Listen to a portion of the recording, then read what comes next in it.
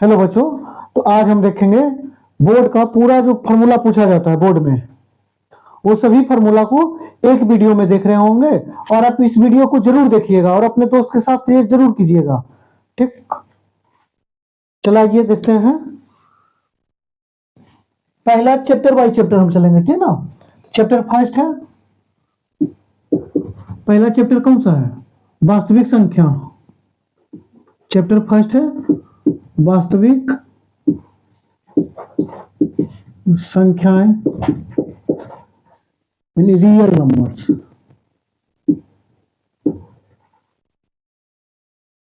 Real numbers, इसमें जो formula होता है, एक होता है Euclid division algorithm.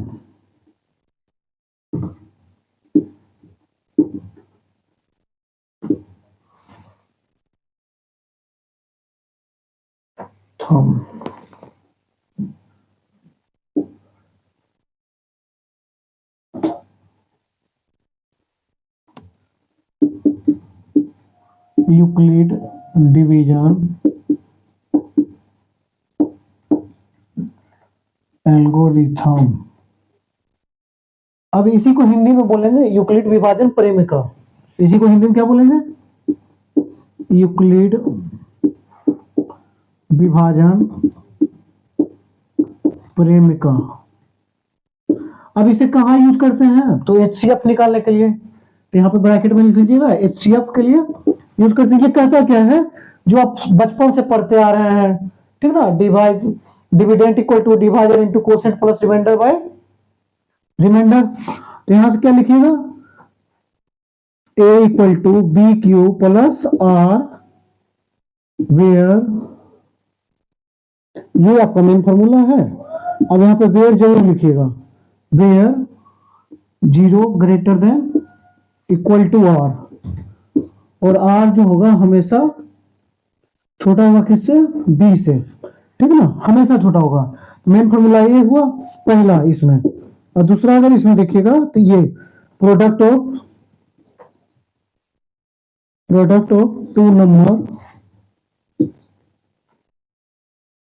To numbers equal to their LCM and HCF, their LCM into HCF, ये होता है। यानी अगर हिंदी में बोल दे तो दो संख्याओं का गुणनफल इक्वल टू,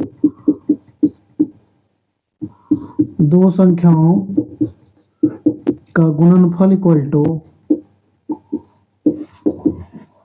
उनका एलसीएम और एचसीएफ का गुणनफल। ये दो फॉर्मूला मेन, इसी दो फॉर्मूला है चैप्टर 1 में। अब हम देखेंगे चैप्टर 2 का। अब चैप्टर 1 कंप्लीट कर लिया, चैप्टर 2 देखिएगा, पॉलिनोमियल बहुपद। इसमें जो मेन फॉर्मूला आपसे एग्जाम में पूछे जाते हैं, तो यहां पूछा जाता है क्वाड्रेटिक पॉलिनोमियल। कहां से? Quadratic polynomial. क्वाड्रेटिक पॉलिनोमियल से पूछा जाता है, यानी द्विघात बहुपद। द्विघात बहुपद से पूछा जाता है। तो पहले तो इसका व्यापक रूप पूछा जाता है। क्या पूछा जाता है? Standard form. स्टैंडर्ड फॉर्म होता है ax square plus bx plus c equal to not 0। यहाँ पे 0 नहीं लिखना होता है, और a does not equal to 0, ये लिखिएगा, a does not equal to 0। तो इसी में से अगर हम बोले कि इसका कितने पावर कितना होगा, तो कहिएगा सर पावर मीन्स घात इसका कितना होगा? 2। नंबर ऑफ रूट्स कितने होंगे? नंबर ऑफ रूट्स जो होंगे ये भी 2 होंगे, यानी शून्यकों की संख्या। हिंदी में लिखिएगा तो शून्यकों की संख्या कितनी होगी? 2। अब अगर हम बोले कि ये शून्यक अल्फा और बीटा है, तो यहां से अल्फा प्लस बीटा आपसे पूछा जाएगा। अल्फा प्लस बीटा होता है माइनस बी बाई ए, एक ये फॉर्मूला हो गया। सेकेंड फॉर्मूला होता है इसमें अल्फा इंटू बीटा होता है सी बाई ए। अब कभी कभी क्या होता है कि आपको अल्फा बीटा दे देगा या अल्फा प्लस बीटा दे देगा, यानी sum of zeros and product of zeros. तब निकालना होगा आपको पॉलिनोमियल, यानी quadratic polynomial equal to quadratic polynomial equal to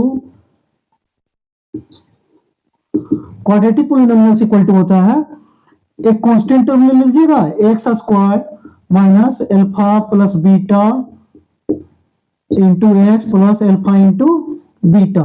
ये क्वाड्रेटिक पोलिनोमियल में पूछा जाता है। और कभी कभी एक आध क्वेश्चन आपको क्यूबिक पोलिनोमियल से देखने को मिल जाता है, ठीक ना। क्यूबिक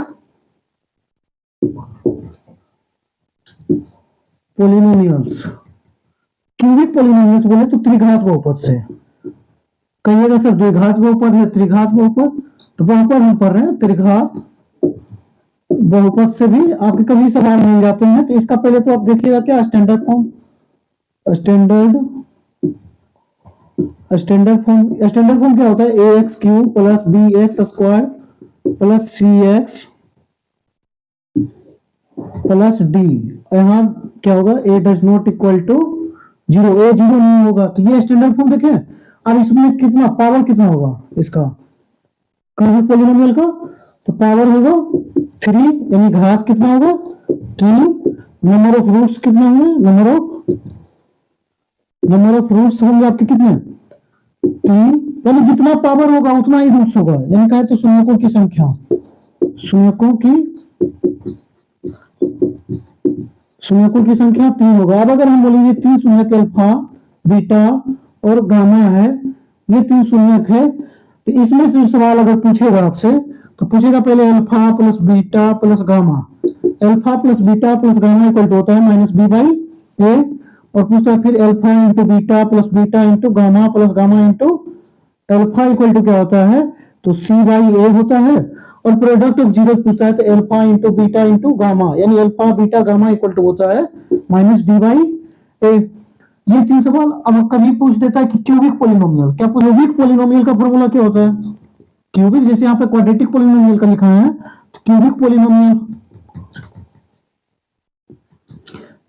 पोलिनोमियल्स का फॉर्मूला होता है, एक कोफिशिएंट ले लीजिएगा, यानी कांस्टेंट टर्म है, ठीक ना, कोफिशिएंट नहीं कांस्टेंट टर्म। इसका फॉर्मूला होता है x cube minus alpha plus beta plus gamma x square plus alpha into beta into alpha plus alpha into ये गामा इंटू अल्फा लिख लीजिए, gamma into alpha x plus alpha, यहाँ पे minus लिखिएगा आप, सॉरी यहाँ प्लस और यहाँ पे आप माइनस लिखिएगा, alpha into beta into gamma. ये हो गया आपके पोलिनोमियल चैप्टर से जो बार बार पूछे जाने वाले सवाल हैं, इस पर बेस्ड आपके सवाल होंगे।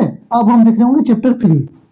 आइए हम देखते हैं चैप्टर 3 का इंपॉर्टेंट फार्मूला जो आपसे पूछे जाएंगे, ठीक ना। तो चैप्टर 3 कौन सा हो गया, लीनियर इक्वेशंस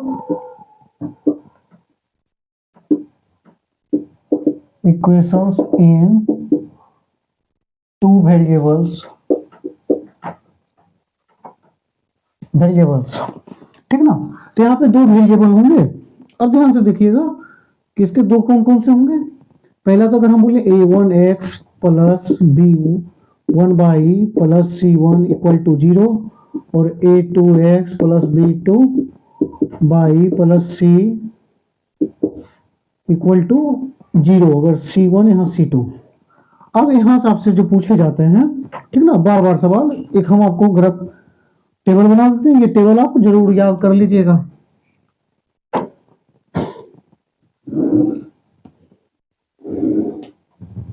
चलिए पहले अगर टेबल देखा जाए, फर्स्ट नंबर क्या होगा कि अगर a1 by a2 does not equal to b1 by b2, तो यहां पे आप हमें बताइएगा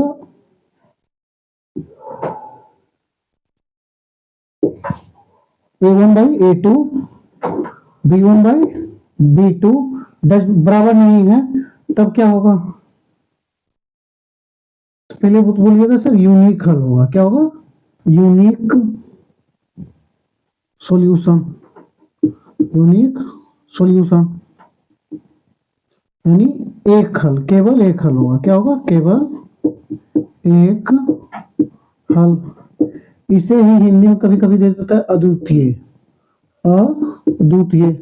इसका जो ग्राफ होगा, ग्राफ कैसा बनेगा, ग्राफिकल रिप्रेजेंटेशन बोलिएगा आप, यानी इसका जो ग्राफ बनेगा, यहाँ पे नंबर ऑफ सॉल्यूशन लिख देते हैं, नंबर ऑफ सॉल्यूशन। इसका जो ग्राफ बनेगा इस प्रकार से इंटरसेक्टिंग होगा, क्या होगा,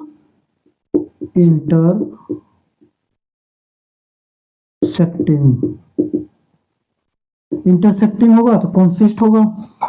अब दूसरा अगर देखिएगा तो A1 by A2 equal to B1 by B2 equal to C1 by C2 अगर हो जाए तब कैसा होगा। अब A1 by A2 B1 by B2 अगर तीनों तीनों बराबर हो गया तो क्या होगा, अनेक हल हो जाएगा। क्या होगा, अनेक हल, यानी यहाँ पे कह सकते हैं आप मेनी सॉल्यूशन, पहले बोल लिख लीजिए, क्या, मेनी सॉल्यूशंस, मेनी सॉल्यूशंस अनेक हल, अनेक हल, यानी ये भी कंसिस्ट होगा, अनेक हल होगा। अब इसका ग्राफ कैसे बनेगा, यानी पैरेलल होगा, क्या होगा, अनेक हल, मतलब एक ही लाइन के ऊपर एक ही लाइन पैरेलल नहीं होगा, यहाँ पे कोइंसिडेंट हो जाएगा, यानी समपाती, हिंदी में इसी को बोलिएगा क्या, समपाती, यानी एक के ऊपर एक दोनों लाइन का ग्राफ जो होगा इस प्रकार से होगा, इसका इंटरसेक्टिंग होगा।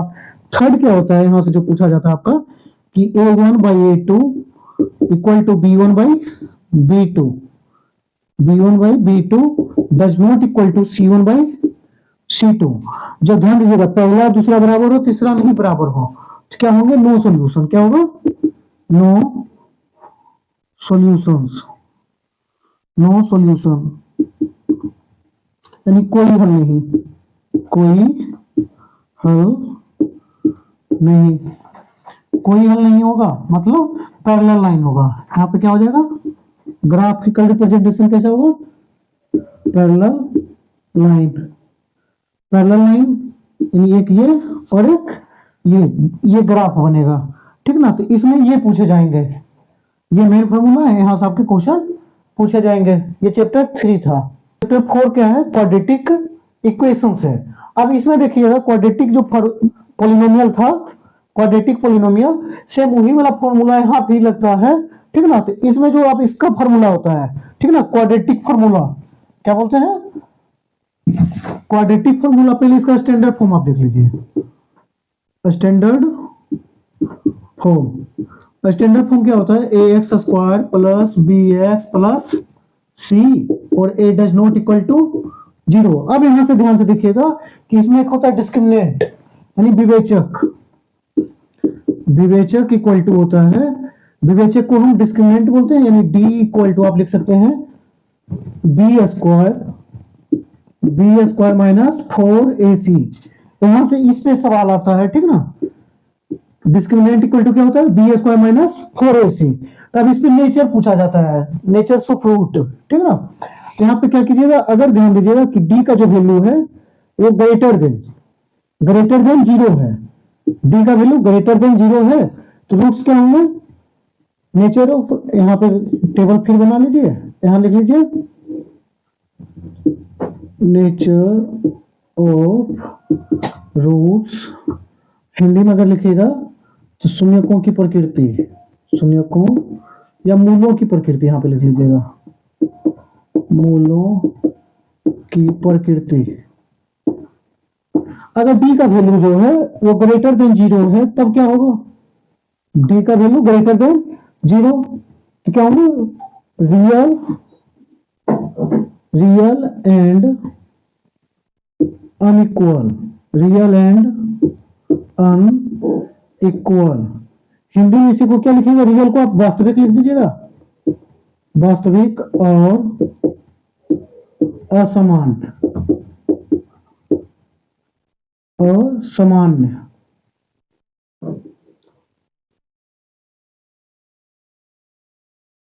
असामान्य।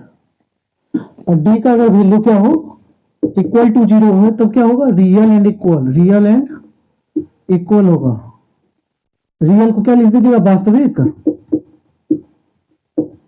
और इक्वल को समान।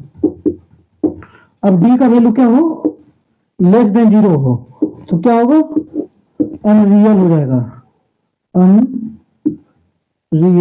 यानी अवास्तविक। अवास्तविक हो गया तो कोई रूट ही नहीं होगा, अवास्तविक।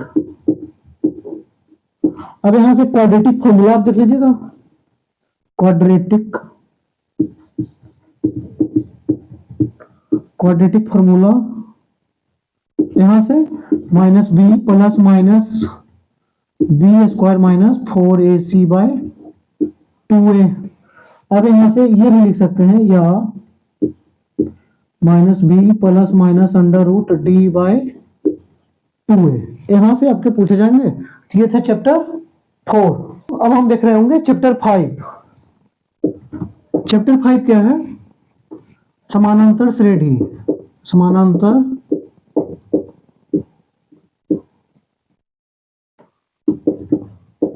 समानांतर श्रेणी यानी इसको एपी अर्थमेटिक प्रोग्रेशन,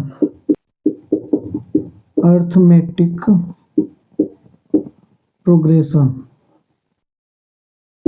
एपी आप बोल लीजिए। तो इसमें जो पहला फॉर्मूला होता है, अगर मान लीजिए कि अर्थमेटिक प्रोग्रेशन यानी एपी में अगर कोई टर्म है, एपी में तो अगर पहला टर्म ए है और डी है, डी क्या होता है, ए जो है यहाँ पे चलिए आइए हम एपी फर्स्ट टर्म सीधा लिखते हैं। फर्स्ट टर्म ए है, common difference, common difference, common difference D है, देन एपी जो इक्वल टू होगा, पहला तो ए हो गया, दूसरा ए प्लस डी होगा, तीसरा कितना होगा ए प्लस 2d। अब ध्यान दीजिएगा तीसरा जब लिखेंगे तो 2d, और फोर्थ टर्म लिखेंगे तो ए प्लस 3d, फिफ्थ लिखिएगा तो ए प्लस 4d, फिफ्थ लिखिएगा तो ए प्लस 4d। इसी प्रकार आप बढ़ाते हुए चले जाएगा। ये एपी हुआ, तो इसमें एन का फॉर्मूला होता है a plus n minus 1 into d, एक ये फॉर्मूला होता है। और इसी में होता है सम ऑफ जीरोज। अब कभी कभी एन इक्वल टू पूछता है, तो एन इक्वल टू ध्यान दीजिएगा क्या होता है, last term minus first term by common difference, common difference और प्लस 1 कर दीजिएगा। ये सीधा नंबर ऑफ nth टर्म निकाल लीजिएगा, नंबर ऑफ n टर्म निकाल लीजिएगा। यानी इसका वैल्यू अगर निकालना होगा तो last term minus first term by common difference plus 1 कीजिएगा। यहां से आपके सवाल जरूर होंगे इस दोनों फॉर्मूला से। फिर इसमें पूछा जाता है सम ऑफ n टर्म, तो इसका होता है n by 2 into 2a plus n minus 1 into D. और इसी का ये एक और फॉर्मूला होता है S N equal to n by 2 into A plus L. Sir L क्या है, तो ए कहिएगा, L equal to last term है, एल इक्वल टू क्या है, लास्ट टर्म, या एन बोल लीजिए आप, ये दोनों इक्वल है। तो ये हुआ चैप्टर 5 में जो फॉर्मूला है। चैप्टर 6 ये ट्रायंगल्स है, ट्रायंगल यानी त्रिभुज। अब त्रिभुज में यहां ध्यान से देखिएगा कि पहले बीपीटी आता है। पहला क्या है, बीपीटी बोल लीजिए या थेल्स थ्योरम बोलिए हिंदी में, थेल्स प्रमेय। ये क्या बोलता है, ध्यान से समझिएगा। यदि एक ट्रायंगल है, ये क्या है, एक ट्रायंगल है ए बी सी। अब ये एक ट्रायंगल है, अगर बीसी का पैरेलल, किसी एक साइड का पैरेलल किसी अन्य दो भुजाओं को अगर काट कर रहा है, मान लीजिए डी और ई पे, तो यहां से क्या होता है A D by D B equal to A E by E C. ये बोलता है बीपीटी थ्योरम। इसमें ध्यान दीजिएगा क्या होता है कि बी सी पैरेलल टू, ये गिवन रहता है आपको, B C parallel to D, ये आपको गिवन है। यहां से ये आपको लाना होता है। अब इसी पे बेस्ड होगा, अगर हम बोलेंगे 2 है, ये 3 है, तो इधर भी कितना आ जाएगा, 2 3 ही आएगा, ठीक ना। तो ये बीपीटी है यहां से। अब इसी में आप क्या लगा लीजिएगा, इसी में आप लगाइएगा, ठीक ना, सिमिलरिटी का रूल लगाइएगा। तो ये जो पूरा ट्रायंगल ए बी सी है, triangle A B C similar triangle A D E है। जब सिमिलरिटी लगता है तो यहां से क्या बोलिएगा सर, एडी का स्क्वायर, एडी का स्क्वायर बाय ए बी का स्क्वायर इक्वल टू हो जाएगा area of triangle A D E equal to area of triangle A B C होगा। ठीक ना, यहाँ पे सिमिलरिटी, अगर दो ट्रायंगल सिमिलर हो तो उसके साइड का स्क्वायर उसका क्या होगा। अब अगर कहें हम एक ट्रायंगल ले लेते हैं और ये ट्रायंगल ए बी सी है, ठीक ना, और दूसरा ट्रायंगल हम अगर मान लीजिए कि ए डी ई ले रहे हैं और ये दोनों सिमिलर है, यहाँ पे ये तो समझ गए, इस ट्रायंगल में भी लगा सकते हैं। सिमिलरिटी अगर बोल देखिएगा तो ए बी सी, अगर हम बोले आपका क्या A B C, triangle A B C similar triangle A D, sorry D E F लिख लीजिए आप, D E F, D E F. अगर ये दोनों सिमिलर है तो यहां से क्या बोल सकते हैं, ए बी का, ए बी साइड क्या हो जाएगा, प्रोपोर्शनल होगा, तो A B by D E equal to होगा B C by E F equal to होगा A C by D F की साइड का स्क्वायर। इस सीधा हम आपको लिख देते हैं क्या कि साइड, साइड 1 बाय साइड 2 लिख लेते हैं, यानी दूसरे ट्रायंगल का स्क्वायर जब कीजिएगा तो किसका होगा, एरिया का स्क्वायर आएगा, area, area of first triangle by area of second triangle. यहाँ पे मीडियन भी लिख सकते हैं कि median, median of first triangle का square by median of second triangle. यहाँ पेरीमीटर भी लिख सकते हैं, perimeter of first triangle by perimeter of second triangle का भी स्क्वायर होता है, ये सभी होता है। ठीक ना, कौन है, पाइथागोरस,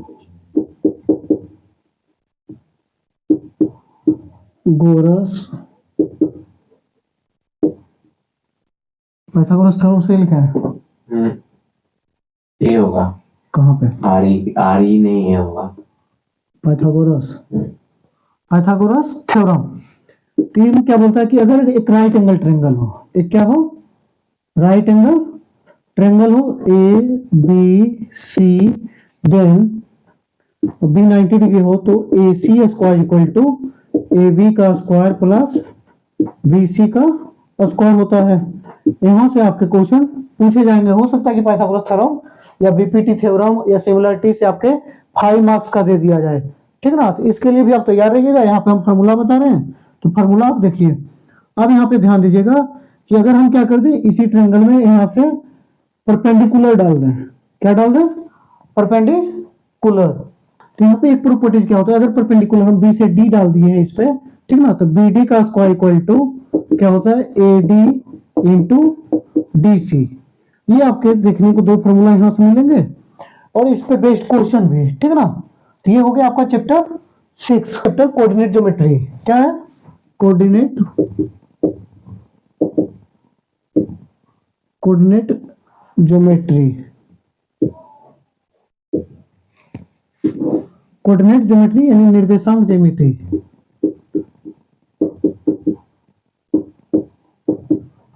निर्देशांक ज्यामिति।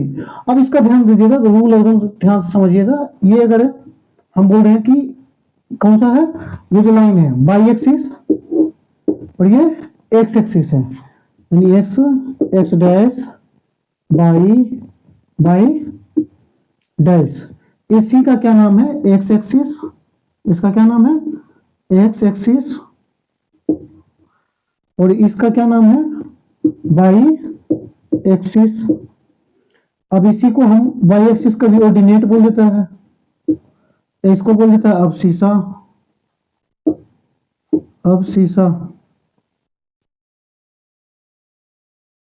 और हिंदी में अगर बोलिएगा तो इसको भुज बोलता है और इसको कोटि। यहां से पूछता है कि ओरिजिन पॉइंट का कोऑर्डिनेट क्या होगा, ओरिजिन पॉइंट का कोऑर्डिनेट क्या होगा, तो ओरिजिन पॉइंट का कोऑर्डिनेट 0 0 होता है। क्या होता है, 0 0। अब पूछे कि पहले क्वाड्रेंट समझ लीजिए इसमें। तो फर्स्ट क्वाड्रेंट ये हुआ, first quadrant plus plus second quadrant minus plus third quadrant minus minus. अब फोर्थ क्वाड्रेंट क्या होता है, प्लस और माइनस। ये क्वाड्रेंट आप समझ गए होंगे, ठीक ना। अगर हम बोले आपसे, ध्यान से समझिएगा, a line a point lies on X axis, ध्यान दीजिएगा, point lies on X axis, a point lies on X axis, then ordinate क्या होगा, देन ऑर्डिनेट हो जाएगा point lies on X axis. आप ध्यान से समझिएगा, अगर बोल रहा है कि एक्स एक्सिस पर है तो बाई कोऑर्डिनेट क्या होगा, तो एक्स वाला अगर एक्स एक्सिस पे है तो मतलब बाई वाला नहीं होगा, बाई नहीं होगा, तो ये एक्स जीरो। अब सेम चीज लिख रहे हैं, ठीक है, point lies on by axis. अगर हम बोल रहे हैं कि बाई एक्सिस पर है, देन ऑर्डिनेट उसका क्या होगा, कोऑर्डिनेट, कोऑर्डिनेट, कोऑर्डिनेट क्या होगा, अगर बाई एक्सिस पे है तो बाई वाला होगा जीरो पर। अगर हम आपसे बोले कि अगर आप दाहिना पैर पे खड़ा है, कोई व्यक्ति दाहिना पैर पर खड़ा है, मतलब बामा पैर उसका गायब होगा। अगर कोई व्यक्ति बायां पैर पर खड़ा है तो उसका दाहिना पैर गायब होगा, ये ना होगा। सेम उसी प्रकार अगर लाइज ऑन एक्स एक्सिस तो एक्स वाला होगा, बाई वाला जीरो। अगर बाई एक्सिस तो बाई वाला होगा, एक्स वाला जीरो, ठीक ना। अगर हम पूछे distance from, distance from x axis, क्या पूछे, एक्स एक्सिस, या अब शीशा पूछ दे, देन क्या बताइएगा, तो बाई वाला, तो ऑर्डिनेट बताइएगा, ऑर्डिनेट बताना है। सेम यही चीज पूछे, बस यहां बोल दे कि बाई एक्सिस, तो क्या बताइएगा आप, अब शीशा बताइएगा, अब शीशा बताइएगा, ठीक ना। ये समझ गए होंगे। अब आइए इसमें पूछते हैं distance formula, distance, distance formula.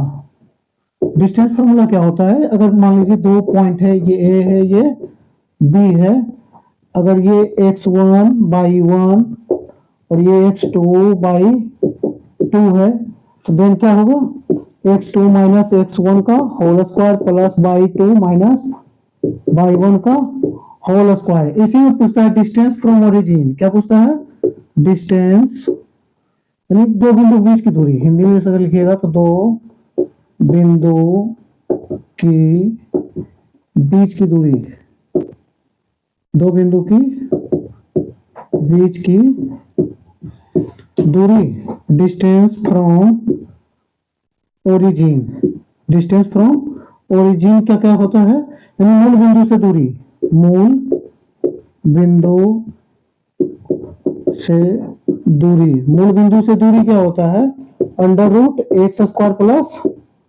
Y square होता है।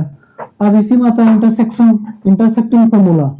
अगर हम बोले कि ये पॉइंट है, ये पॉइंट ए है, ये बी है, इसका अगर कोऑर्डिनेट अगर हम मान लें, कोऑर्डिनेट x1 बाई 1 है और इसका x2 बाई 2 है, और इस पॉइंट P इसे n रेशियो n में अगर काट रहा है, तो ध्यान दीजिएगा P का जो होगा कोऑर्डिनेट क्या होगा, n, यहाँ ध्यान दीजिए, ये अगर ले रहे हैं तो इसको इधर से मल्टीप्लाई कराइएगा, n वाला को इधर से, तो n x2 plus n x1 by n plus n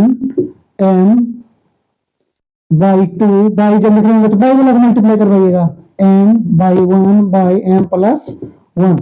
अब ध्यान से, सॉरी n, अब ये ध्यान दीजिएगा, अगर हम बोले कि ये a है और ये b है, और पॉइंट P जो है 1:1 में कट कर रहा हो, यहाँ x1 और बाई 1 है और x2 और बाई 2 हो, देन P इक्वल टू क्या होगा, तो ध्यान दीजिएगा P इक्वल टू होगा x1 plus x2 by 2 by 1 plus y 2 by 2। समझ गए। यदि ट्रायंगल आपको दे दिया जाए, ट्रायंगल का 3 वर्टेक्स होंगे A B C। अब ध्यान से दीजिएगा, अगर हम बोले ये x1 by 1 x2 by 2 x3 by 3 then यानी यहाँ जो सेंटर्ड होगा केंद्रक का निर्देशांक क्या होगा, केंद्रक का निर्देशांक यानी सेंटर्ड का केंद्रक का निर्देशांक क्या होगा, ध्यान दीजिएगा x वाला को सबको जोड़ दीजिए, x1 को क्या बोलिएगा, x1 plus x2 plus x3 by 3 by निकालना हो तो by 1 plus y 2 plus by 3 by 3 by 1 plus y 2 plus by 3 हो जाएगा। तीनों को जोड़ के 3 से भाग दे देना है। ये होता है ये coordinate of centroid, coordinate of centroid, ठीक ना। तो ये समझ गए होंगे। हाँ तो बच्चों ये वीडियो जो है थोड़ा लंबा हो जा रहा है, ठीक ना, तो हम इसे 2 पार्ट में कर देते हैं। ये पार्ट 1 है, पार्ट 2 भी जल्दी अपलोड किया जाएगा। वीडियो पसंद आया हो तो लाइक कीजिएगा, चैनल को सब्सक्राइब कीजिएगा, दोस्त के साथ शेयर जरूर कीजिएगा और इसे जितना ज्यादा हो सके शेयर कीजिएगा। धन्यवाद।